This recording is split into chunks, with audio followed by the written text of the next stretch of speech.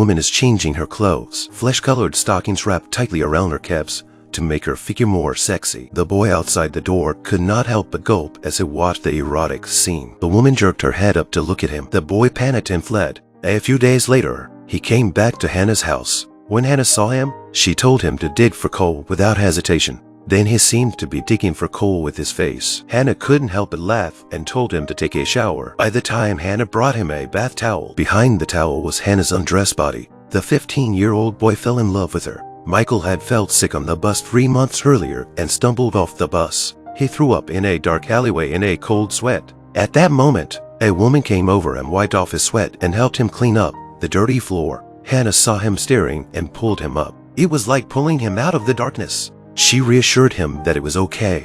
The rain had stopped outside and there was a little snow. Hannah walked him out and told him to take care of himself. Michael looked back at her with sadness in his eyes. He had scarlet fever, a contagious disease. When his mother found out, she simply told him to stay away from her and left. He was in quarantine for 3 months before he recovered. As soon as he recovered, he bought a bouquet of flowers and went to thank Hannah. Hannah was doing laundry at the time. Michael saw her and raised the bouquet to his chest. His devotion, his warmth, finally touched Hannah. Michael came home and said he was well enough to board at school. Every day after school, he ran to Hannah's house and indulged in her loving care. Hannah is a trained conductor, and Michael was a student who loved literature. He found a book and read a few lines in Greek. Hannah doesn't understand it but finds it beautiful. She asked Michael to read the book aloud. From then on, reading aloud became a daily ritual for them. Michael read aloud to Hannah from a variety of books. They snuggled together and murmured, as if nothing in the world could disturb them. But in reality, their relationship could not be made public.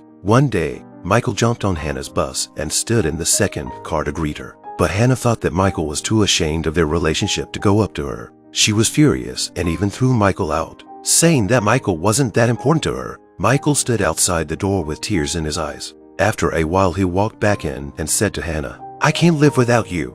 Hannah was touched by the teenager's frankness. They made up again. Hannah kept calling Michael her son, and Michael continued to read aloud day after day. He wanted to go on a trip with Hannah and made plans. Hannah didn't even look at the plans and said yes. They rode their bikes through the countryside. Michael took Hannah to dinner. Hannah looked at the menu and frowned. Finally, she chose the same dishes Michael, the teenager, and a middle-aged woman were eating. But when the owner took the money, she said customarily, "May your mother enjoy her meal." However, the next moment, he kissed the middle-aged woman. The boss is dumbfounded. Michael smiles smugly, but Hannah is at a loss. As they passed a church, Hannah heard the children singing and walked into the church. By the time Michael parked his bike and found Hannah, Hannah was sitting in a pew, watching the children in tears. The sun was shining on her, and it was beautiful. Michael gazed at Hannah and smiled with tenderness. Shortly after, Michael's birthday came around. He turned down the party his classmates threw for him and rushed home to celebrate with Hannah. However, it wasn't a happy day. During the day, Hannah's supervisor told her that she had been promoted because of her outstanding work and that she could work in an office from now on. But instead of being happy, she felt very anxious. Michael knew nothing about it. He complained that Hannah never once thought of him, not even on his birthday. The two of them have a fight like never before. Michael tried to kiss Hannah by force. However, he was slapped in the face. They both calmed down after the slap. Hannah asked Michael to read aloud War and Peace. Michael took off his clothes and stood in the bathtub. Hannah rubbed the dirt off his body with a towel. From his feet to his legs to his chest, Michael looked at her quietly the whole time. Then Hannah hugged Michael and said it was time for him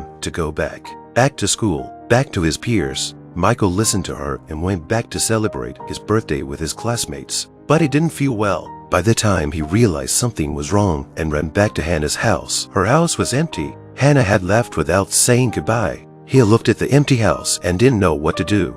Little did he know that this one summer relationship would affect Michael for the rest of his life. In 1966, Michael went to law school. He remained aloof and distant from the advances of his female classmates. It was as if no one could get inside his head. One day, the teacher took them to court to learn. While Michael was still sorting through his things, he heard a familiar name and stopped dead in his tracks. Then he looked up and looked down. He immediately recognized Hannah, whom he had not seen for 8 years. At that moment, Hannah was standing in the dock. In 1943, Hannah applied for a job as a guardswoman in a German concentration camp. While she was on guard duty, She selected 10 people for execution every day. Hannah said that this was to make room for those behind her. Her understatement shocked everyone, but in reality, she was confused.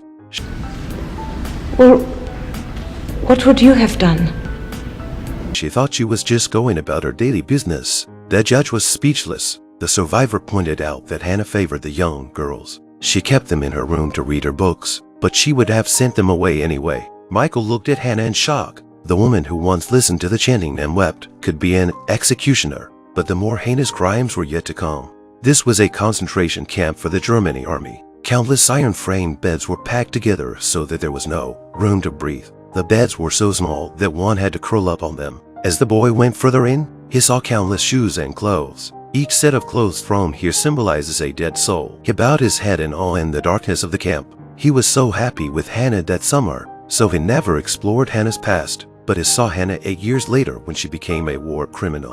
In 1944, Hannah and the other guards were in charge of moving the prisoners, but a fire killed 300 people. Only a mother and daughter escaped. The daughter grew up and wrote a book about the experience and accused Hannah and the guards of murder. Because they were locked in the house when the fire started, no one opened the door and no one rescued them. The judge asked Hannah why she didn't open the door. Hannah replied that it was their duty to keep the prisoners locked up. They couldn't let the prisoners escape. She had a very simple thought. It was her job, so she couldn't fail in her duty. After the incident, the guards wrote a report, but now the other guards are saying that Hannah wrote the report. They say she's the one responsible for the deaths of 300 people. Hannah couldn't defend herself against the guards' excuses. When the judge asked to compare the handwriting, Hannah hesitated. Then she pleaded guilty to criminal mastermind. Michael looked at Hannah with disbelief. It was at this moment that he finally realized something was wrong with Hannah. Once, Hannah had loved him reading aloud, but she had never looked through the books. Hannah didn't even read the plans he made, and Hannah was staring at the menu because she couldn't read or write, so the report couldn't have been written by her either. But she was too ashamed to tell the truth about her illiteracy. Michael was in a huge dilemma. He knew the truth, and he knew that if he told the truth, the outcome of the trial would change. But he also knew that Hannah was reluctant to talk about it. After hearing Michael's confusion, the teacher said, "It doesn't matter how we feel. It's what we do that matters." So Michael offered to meet with Hannah, but he eventually hesitated and left the prison. In the end, Hannah was convicted as the mastermind. In the courtroom, she was cursed and scolded, and Michael looked at Hannah with tears streaming down his face. As the years passed, Michael grew from a teenager to a man. He got married and divorced and had a daughter, but he was always alone, and no one understood him. Michael was packing up his house and found many books, the books that he had bought for Hannah. As he looked through the books, he had an idea. A few days later, Hannah in prison received a delivery containing several cassettes and a tape recorder. She put the tapes in the tape recorder. The moment she heard the familiar voice, she pressed the pause button with a trembling hand. At that moment, Hannah's hair was gray and she was no longer sexy and beautiful. She pressed the start button again with a trembling hand. She closed her eyes as she listened to Michael's voice. Later, Michael sent many more tapes. He read them to Hannah as gently as he had done when she was a teenager. Hannah got up the courage to go into the library to borrow some books. Little by little, she learned to read and write as Michael read aloud. Then she wrote a letter and sent it to Michael. It was a short letter, just one sentence. When Michael read it, he was silent for a long time. He was ashamed of Hannah. He kept those letters safe, but it didn't answer her. A few years later, the warden called Michael to tell him that Hannah was about to be released from prison. Michael was the only one who had contact with Hannah all these years. She wanted Michael to take care of Hannah when she got out of prison. After many years, Michael finally walked into the prison and met Hannah. Hannah was excited and offered her hand to Michael. You've grown up, kid. When Michael heard that, he withdrew his hand. He had a past that he didn't want to bring up again. He arranged a job for Hannah and found her an apartment. He was coming to get Hannah out of prison next week, but Hannah never wanted to get out of prison. She sat her day in her cell and stared at her books. Then she put the books on the table and stood on top of them.